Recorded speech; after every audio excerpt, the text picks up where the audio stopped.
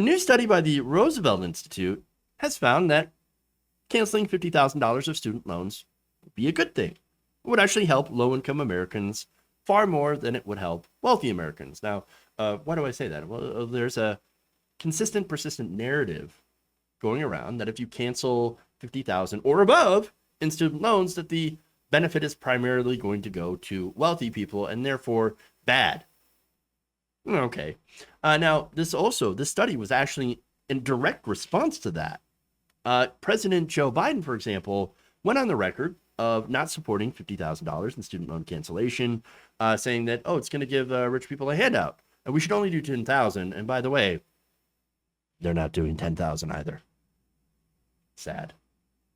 But anyway, let's get to the actual study here. Now, Roosevelt Institute researchers actually estimated that canceling $50,000 in student debt would actually provide a total of $562 in benefits for the top 10% of American households. So there's your top 10%. There's your primarily wealthy people.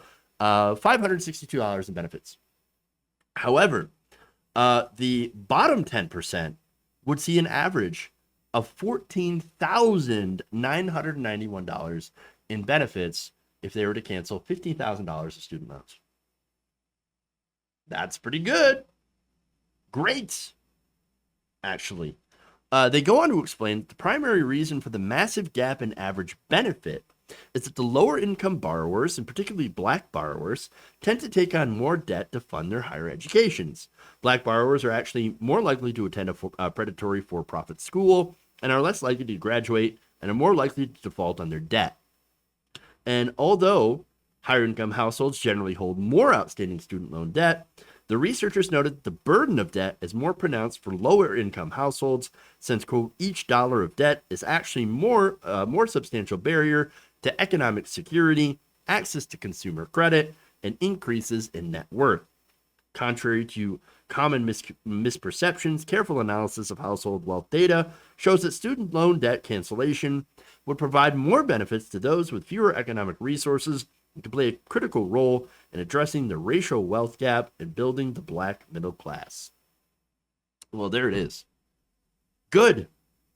If you look at all this, it makes a ton of sense. Now, I've been somebody who's on the side of let's cancel all the debt. Let's get rid of all of it. And that gets a lot of opposition. And I understand a lot of it comes from the right wing. But what I don't understand is Democrats that are also against this. And now most of them, to be fair, have settled on 50,000, and it would help a lot of people. And as you can see, this study focuses on 50,000, and I'd like to see a more comprehensive study on canceling all of it. And I'm sure that there's something out there.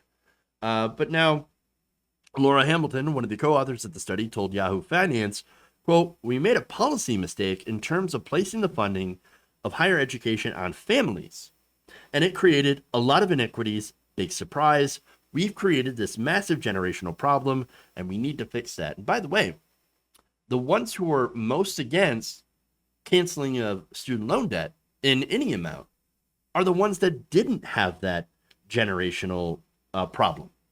They were the ones that grew up with one GI Bill, two colleges that were mostly still funded by the state and therefore had either free tuition or very, very small tuition amounts. They didn't have to deal with this problem. And so yet they are the ones that are saying, well, you can deal with this problem and you should deal with this problem. Well, no, you didn't have the problem. You settled it onto us when you decided to defund these schools to give tax cuts to corporations and the rich. So again, this is, again, one of the ways, again, that I would do this. I would cancel it all. Make public colleges and universities tuition free. That is the best policy. The best policy. And for those who are concerned about giving money or benefit to the rich, well, for one, guess what? We could get that money back through taxation. It's a novel concept, I know. Yes, let them go to school for free if they want. And then tax them more. This isn't complicated. And by the way, let's note that rich people generally don't have to take out loans for school. Generally. Again, if you're talking really wealthy, strong and upper middle class, and maybe some of them might have to take up small loans, but generally not. And generally, most wealthy people do not go to public colleges and universities either. If they did, though, who cares? Go for free. Yes, because again, they're eventually going to fund it through taxes, so that, they might actually end up paying more back into the system. And that's good. That's how this works. And by the way, the added benefit of this is, guess what? Somebody else who is poor gets to go without debt. They get a good education, and maybe they'll become successful. And maybe then they'll pay into the next generation of people. And so it becomes a virtuous cycle. It's all good. Unfortunately, there are people that believe, no, that's not good. Some think that since they had to pay outrageously for student loans, that everyone should. I suffered, so should you. Well, I don't agree with that. Now, Biden's argument, again, no, not even Biden's argument. Most of the Democrats' argument, 50,000, is the one that the study looked at the most. Biden, again, is going for 10,000 and will likely not even do that. And I'll explain that later. But here's what Hamilton said. The frustration was sort of coming out of the media narrative that had coalesced, a mesh of what we call the myth of student loan cancellation regressivity. The data were being used in ways that we thought was problematic. The Roosevelt Institute's authors stressed cancellation's effect on entire demographic populations while focusing on the distribution of debt by wealth, as opposed to income, and highlighting the value of erased debt to any given borrower. So they did this comprehensive study and looked at all those different factors that other studies have not. And said, according to the report, student loan debt cancellation represents a progressive wealth transfer at all proposed levels of cancellation. In fact, a more substantial plan is the more progressive option compared to the 10,000 Biden plan. A 50,000 student debt cancellation approach grants almost no additional transfer to people in the top asset decile and just over an additional $1,000 on average to 80th and 90th decile households. Meanwhile, it would grant over $4,000 to people in the 20th to 40th percentiles. This is roughly a threefold increase over the transfer to that group under the Biden plan.